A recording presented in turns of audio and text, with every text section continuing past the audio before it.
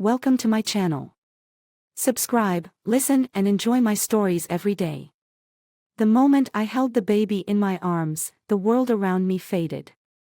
Margarita, our miracle after years of trying, had finally arrived. Her tiny fingers curled around mine, a bond one thought would last forever. But as I gazed into her innocent face, an uneasy feeling settled deep in my gut. Isn't she beautiful? Emily's voice broke through my thoughts, soft and full of pride. Yeah, I replied, forcing a smile. She really is. But the weight of my doubts lingered. After all the heartbreak we'd endured, the countless doctor visits and failed attempts to conceive, it should have been a moment of pure joy. Instead, a shadow loomed over my heart. Days turned into weeks, and while the house buzzed with the newness of parenthood, the gnawing uncertainty never left. Each time I looked at Margarita, I couldn't shake the feeling that something was off. I remembered the late nights, the unexplained absences, and the hushed conversations I'd caught her having. Trust had become a fragile thing, and I was beginning to suspect that our miracle had come with strings attached. One evening, as I sorted through the pile of bills on the kitchen table, I noticed Emily's phone buzzing incessantly. She had left it unattended, and a name popped up on the screen, Mark. My heart raced. I didn't recognize it, but the urgency of her tone during past calls with friends echoed in my mind. Who's Mark? I asked, trying to keep my voice steady as I picked up the phone. Emily stepped into the room, her eyes widening as she spotted me holding her phone. Just a coworker, she said, attempting to grab it from my hands. Just a coworker. I repeated, arching an eyebrow. You've never mentioned him before. It's nothing, really, she said, her tone shifting from defensive to dismissive. Can't you just let it go? I dropped the phone onto the table. You keep saying it's nothing, but it feels like there's something more. Emily crossed her arms, her face flushing with irritation. I can't believe you're digging into my personal life like this. I thought we were past this. Past what? I shot back. The years of silence while we struggled to have a baby. The late-night phone calls. Stop it. You're being ridiculous. The fight simmered down, but the tension hung thick between us. That night, as I lay in bed, I stared at the ceiling, grappling with my thoughts. I couldn't shake the feeling that Emily was hiding something monumental. The idea struck me like lightning. What if I could find out the truth? I considered the possibilities, and in that moment, I resolved to take a DNA test. If Margarita was my daughter, I'd embrace her wholly. If not, the truth would unearth the betrayal I suspected. Days later, I sat in the sterile lab, watching as the technician collected the samples. The wait felt endless. I imagined the worst, my heart pounding with each passing hour. Finally, the day arrived. I opened the email, my hands trembling. The results were straightforward but devastating. I was not the biological father. But the probability of paternity wasn't zero. Confusion clouded my mind. How could this be? I immediately thought of Emily's past. The thought hit me like a freight train. Could it be my father? I shook my head, dismissing the notion as insanity. But deep down, a seed of doubt began to sprout. Dad, can we talk? I asked, my voice steady as I walked into his living room the next day. Of course, son. What's on your mind? It's about Emily and Margarita, I said, my heart pounding. I took a DNA test. His expression shifted, a mix of concern and fear. Why would you do that? Because I had doubts. And the results, they say I'm not the father. A heavy silence fell. I could see the realization dawning on him, the betrayal gripping him as tightly as it gripped me. Jake, you have to believe me. Believe what? That she's been cheating. That I've been raising a child that isn't mine. I don't know what to say. As the pieces fell into place, the fire of betrayal ignited within me. I had to act. Emily's life, as I knew it, was about to be shattered. I wasn't just going to confront her, I was going to ruin her. I felt a grim satisfaction at the thought. Returning home that evening, I found Emily in the nursery, cooing at Margarita. The sight twisted my gut. She looked so blissful, so unaware of the storm brewing inside me. "Emily," I said, my voice low but firm. "We need to talk." She turned, confusion etched on her face. "What is it, Jake?" "Sit down." As she took her seat, I knew my world was about to change forever. The facade of our life together was crumbling, and soon, the truth would burn through the ashes. Emily's gaze shifts, confusion giving way to concern as I stand across from her in the dim light of the nursery. Margarita coos in her crib, oblivious to the tension brewing in the air. "What's going on, Jake?" Emily asks, her voice trembling slightly. "You're scaring me." "Scaring you?" I echo, feeling a surge of anger. "You have no idea what fear is. You've been lying to me." Her brows knit together, and she straightens, pushing a loose strand of hair behind her ear. "What are you talking about?" "Don't play dumb. I took a DNA test." I watch her reaction closely, searching for any sign of guilt. "I'm not Margarita's father." The color drains from her face, and for a moment, she looks like a deer caught in headlights. "What? That doesn't make any sense." "How could that be?" "It makes perfect sense if you've been sleeping with someone else," I snap, unable to contain my fury. "And I have a pretty good idea of who that someone is." Emily's mouth opens, but no words come out. She glances nervously at the crib, then back at me. "You're being ridiculous. This is a misunderstanding." "A misunderstanding? You think I just decided to take a test for fun?" I step closer, the anger bubbling to the surface. "I had my doubts, and now they're confirmed. Tell me the truth, Emily. Was it Mark? Or someone else?" She shakes her head, her expression shifting from shock to defiance. "I didn't sleep with anyone, Jake. I love you, and I love our daughter." "Love? Is that what you call this?" "Because it feels like betrayal." I run a hand through my hair, pacing the small room. "I can't believe you've done this to me. You've shattered everything we built together." Emily's eyes fill with tears. "I didn't mean to hurt you. You have to believe me." "Believe you?" I scoff, stopping to face her. "You've been lying to my face. I can't trust anything you say anymore." I turn, anger coursing through me. I can't stand the sight of her, not now. "Maybe I should just leave you and Margarita to figure this out on your own." "Please don't." She grabs my arm, desperation in her voice. "You can't just walk away. We can work this out. Just give me a chance." I pull away, feeling her grip slip. "Work what out? You think this is just a bump in the road? I found out my wife has been unfaithful, and I'm supposed to just forgive and forget." "What do you want me to say?" she pleads, her voice breaking. "I've made mistakes, but it doesn't mean I don't want to be a family. I'm here for you, for us." Her words cut deep, but they also fuel my resolve. I need to turn this betrayal into something actionable. "You've ruined our family, Emily. You need to understand that." "Ruined it?" Enough." I bark, interrupting her. "You don't get to play the victim here. I'm going to make you pay for what you've done." A flicker of fear crosses her face, and I relish the sensation of power. It's intoxicating, knowing that I can take control of the situation. "Jake, please," she says softly. "What are you talking about? What do you mean, make me pay?" I take a step back, my mind racing with possibilities. I'll expose you for what you are.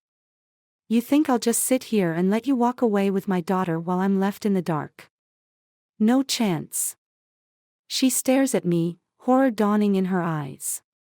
You wouldn't. You wouldn't do that to Margarita. Don't you dare bring her into this, I growl. You've already put her at risk by being unfaithful. You think I'm going to let you keep pretending that everything is fine? The tension thickens, and for a moment, we both breathe heavily, the reality of our situation hanging in the air. Emily's shoulders slump, and I can see her internal struggle. Fine, she says, her voice low. If you want to go this route, then I won't back down either. Is that a threat? I challenge, my pulse quickening. It's a promise. You think you can just ruin my life without repercussions? I won't let you.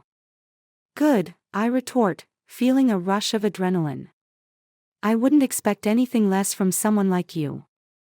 With that, I storm out of the nursery, leaving her behind, the weight of betrayal heavy in my chest. I step into the living room, my mind racing with plans of revenge. I can't let her think she can get away with this. The next few days feel like a blur. I dive into research, seeking ways to turn her life upside down. I consider reaching out to Mark, whoever he is, but I want to be strategic. I need evidence, something concrete to expose her. I start by gathering information, compiling evidence of her lies. I track her phone activity, watching her interactions closely. Each call and text is a reminder of her betrayal, fueling my resolve. One evening, as I'm poring over my notes, I hear the front door open. Emily walks in, her expression tentative. Can we talk? About what? I reply, not bothering to look up. About us. About what you plan to do. I finally glance at her, the anger bubbling just beneath the surface. I'm not discussing anything with you, especially not when it comes to your deceit. I know you're hurt, but we can fix this, she insists, her voice shaking. Fix this? You think we can go back to normal after everything? She steps closer, desperation evident in her eyes. I'll do anything. Just give me a chance. But in my heart, I know I've made my decision. There's no going back now. I've already begun my plan, and it's only a matter of time before I unleash the storm of retribution. Emily, I say, my voice cold, there's nothing left to fix. I turn away, the finality of my words hanging in the air as I plot my next move. The wheels of revenge are in motion, and there's no stopping them now. Days pass in a haze of anger and determination. Each moment feels charged, like a taut string ready to snap. I keep my distance from Emily, who seems to float through the house like a ghost, her attempts to reach out only reinforcing my resolve. I've decided to act, and the planning gives me a sense of purpose amidst the chaos. One evening, as I sit at the dining table with my laptop open, I hear a soft knock on the door. I glance up to see Emily peeking in, her face a mix of hope and fear. Can we talk? I gesture for her to enter, but I remain seated, leaning back in my chair, my expression unreadable. What do you want? She takes a deep breath, stepping closer. I want to explain. I want us to be a family. Family? I scoff. What does that even mean now? After everything you've done? Jake, please. I know I messed up. But I can't lose you and Margarita.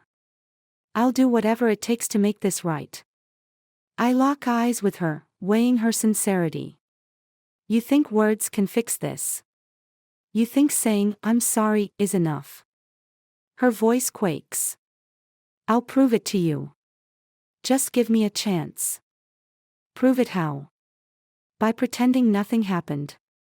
By lying to my face again. I won't lie anymore, she insists, frustration bubbling over. I'm done with secrets, I promise. I lean forward, lowering my voice. You want to prove something? Let's see how far you're willing to go. What do you mean? I want to know who Mark is. I want the truth. Not just words. She falters, her bravado cracking. I can't just.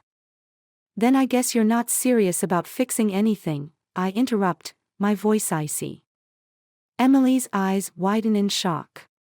You can't just demand that of me. I can't put my job at risk. What if he gets angry? Maybe he should be worried about what I'll do if you don't tell me the truth, I reply, my tone unwavering. I can see her mind racing, weighing her options. I can't, she whispers. I rise from my chair, the movement sudden and fierce. Then this conversation is over. As I move to leave, Emily steps in front of me, desperation etched on her face. Jake, please. Don't do this. We can find another way. Another way? I scoff again. You think I'm going to just sit here and wait for you to make your next move? I won't let you keep playing games with my life. With that, I push past her, storming into the living room. I feel adrenaline coursing through my veins, the anger turning into a potent mix of clarity and purpose. Later that night, I sit on the couch, scrolling through social media, trying to find anything that might lead me to Mark. A thought strikes me: if Emily won't give me answers, I'll have to dig them up myself. As I search, I spot a friend of hers commenting on one of Emily's photos. A name I recognize. Sarah. I remember the times I've seen her at gatherings. She might know something. I send her a message, careful to keep it casual. Hey, it's Jake. Hope you're doing well. Just wanted to ask how you and Emily are doing. Any plans for the weekend? I hit send, my heart racing. Within moments, the dots on my screen dance as she responds. Hey. We're good. Just busy with work. What about you? We chat for a while, and I subtly steer the conversation towards Emily. I haven't seen her much lately. Everything okay with you too? Yeah, just life, you know. A bit of stress. She's been quiet. Anything in particular? There's a pause before she replies. Just her usual work stuff. You know how she gets. I sense my opening. Yeah, I know she's been working late a lot. Who's she been spending time with at work? There's another pause, and I can feel the tension in my chest tightening. Honestly, I'm not sure. She doesn't talk about work much. I decide to take a chance. Is there anyone special she's been seeing? I mean, aside from me. The response is immediate. What do you mean? I can almost hear her gears turning. Just wondering. She's been acting a bit distant lately. Not that I know of. But she did mention someone named Mark a while ago. Mark. My blood runs cold. What did she say? Just that he's a coworker. I don't think she's mentioned him since. Interesting, I reply, a plan forming in my mind. Thanks for the info. As I close the chat, I feel a surge of satisfaction. I have a name, a lead, and the opportunity to dig deeper. I need to find Mark, but I have to be careful. I won't just barge in, I'll play this right. The next day, I take a different approach. I decide to head to Emily's workplace, casually looking for opportunities to gather more information. I can't storm in like a raging bull, I need to be stealthy, observant. I pull into the parking lot, heart racing. The office building looms ahead, its glass exterior reflecting my determined expression. I step inside, taking a deep breath as I navigate the sterile halls, noting the reception desk and the hustle of employees around me. Can I help you? The receptionist asks, eyeing me with curiosity. I'm here to see Emily, I reply, keeping my tone casual. Just wanted to surprise her. Do you have an appointment? I smile, my confidence steady. No, but I'm sure she won't mind. The receptionist hesitates but ultimately nods, picking up the phone. I'll let her know you're here. While I wait, I scan the office. Employees bustle around, and I spot a few familiar faces.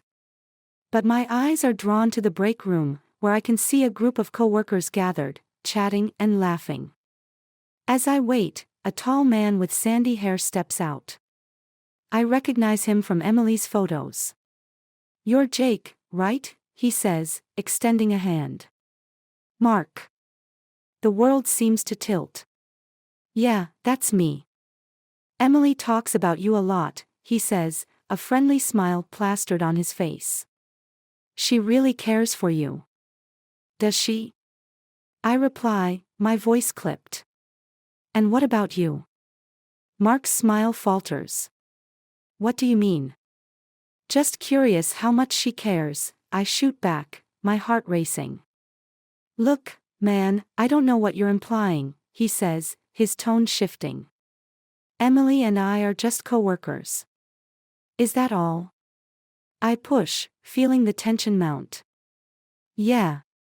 It's nothing. She's married, for God's sake. Right, I mutter, not entirely convinced.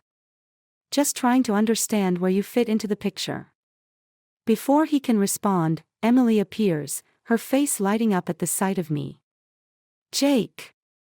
What are you doing here? I can feel Mark stiffen beside me. Just dropping by, I reply, my eyes locked on his, a silent challenge hanging in the air. Emily's smile fades as she realizes the tension. Oh, this is Mark, my coworker. Yeah, we've met, I say, forcing a smile. Emily glances between us, confusion and unease crossing her features. What's going on? I take a deep breath, preparing to strike. Just having a little chat about work. Mark shifts uncomfortably, but I can see a flicker of recognition in Emily's eyes. She senses the storm brewing. Jake, let's talk in private, she says, her voice low and urgent. I nod, but not before casting a final glance at Mark, a silent vow to expose the truth. As we step into a nearby conference room, the door closes behind us, and the tension surges. Why are you here? Emily demands, her voice trembling. Why do you think? I reply, my tone sharp. I'm not letting this go. I want answers. You're being irrational, she shoots back, her eyes flashing. Am I? Or am I just refusing to be a fool any longer? Her silence speaks volumes, and I know I'm getting to her. I'll find out the truth, Emily. One way or another. As I leave the conference room, I feel the weight of the battle ahead. The game has begun, and I won't back down. The weeks since my confrontation with Emily have been a relentless storm of planning and execution. Every thought, every action, is fueled by the searing pain of betrayal. I've meticulously mapped out every aspect of my revenge, ensuring that each move is calculated and devastating. Today is the day everything comes to a head. I wake before dawn, the house silent except for the rhythmic breathing of Margarita in her crib. The innocence of her sleep contrasts sharply with the darkness festering within me. I dress quickly, slipping into black jeans and a dark hoodie, blending into the shadows as I leave the house unnoticed. My first target is Emily's workplace. I've already established a connection with Mark, using him as a conduit to gather more intel. Tonight, I need to confront him directly. The office is deserted at this hour, the fluorescent lights casting long, eerie shadows across the empty desks. I find Mark in his office, hunched over his computer, oblivious to the impending confrontation. Steeling myself, I knock sharply on the door. He looks up, surprise etched on his face. Jake? What are you doing here? He asks, a hint of fear in his voice. I need to talk, I reply, my tone cold and unwavering. Mark hesitates, then motions for me to enter. The tension between us is palpable. I close the door behind me, the click echoing ominously. What do you want, Jake? Mark asks, his eyes darting around nervously. You know why I'm here, I state, stepping closer. Tell me everything about your relationship with Emily. Mark swallows hard, his facade of calm beginning to crumble. It's not what you think. We're just friends. Yes, we work late sometimes, but that's it. I shake my head, disbelief and anger boiling within me. Friends? After everything you've done, how can you say that? He tries to defend himself. Jake, I swear, there's nothing between us. Emily is your wife, and I respect that. I take a step forward, invading his personal space. Don't lie to me, Mark. I have evidence. I know about the DNA test, about the betrayal. It was your child, wasn't it? Mark's eyes widen in shock and fear. Jake, you don't understand. It wasn't supposed to happen. It was a mistake. A surge of rage propels me into action. I grab him by the collar, pulling him close. A mistake. You ruined my life, Mark. You and Emily. You both betrayed me. Before he can respond, I shove him backward, knocking him against the desk. Papers scatter, and his computer screen flickers ominously. I watch him struggle to regain his composure, a twisted satisfaction building within me. Leaving the office, I know this is only the beginning. Emily and Mark are intertwined in a web of deceit, and I'm determined to dismantle it piece by piece. My next move is personal, targeting Emily directly, ensuring she feels the full weight of her betrayal. I return home, the house now feeling like a prison rather than a sanctuary. Emily is asleep, unaware of the storm that's about to engulf her. I slip into the kitchen, where I know she keeps her phone and important documents. My hands move swiftly, tearing through drawers, searching for anything that can aid in my revenge. I find her phone and a stack of bills, an unexpected discovery. Scanning through the messages, I uncover transactions and payments that suggest financial deceit. It's not just about infidelity, there's a deeper layer of manipulation. Emily has been siphoning funds, possibly to support her affair or other hidden agendas. With this new information, my plan becomes clearer. I'll expose her financial duplicity to ruin her reputation and secure my own standing. I photograph the evidence, ensuring it's irrefutable.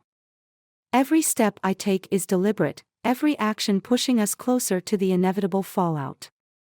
The next morning, I confront Emily with the new evidence.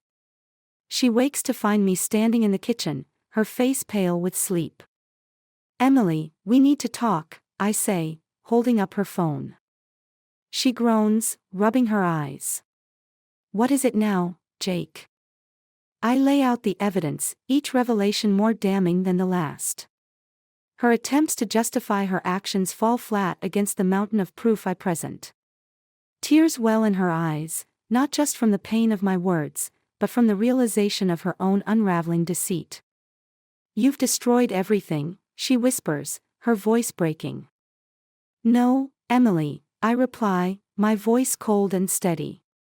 You destroyed us. The final blow comes with the revelation that the child is not mine, but my father's. This twist deepens the betrayal, intertwining family ties with deceit. The truth is a weapon, and I wield it with precision.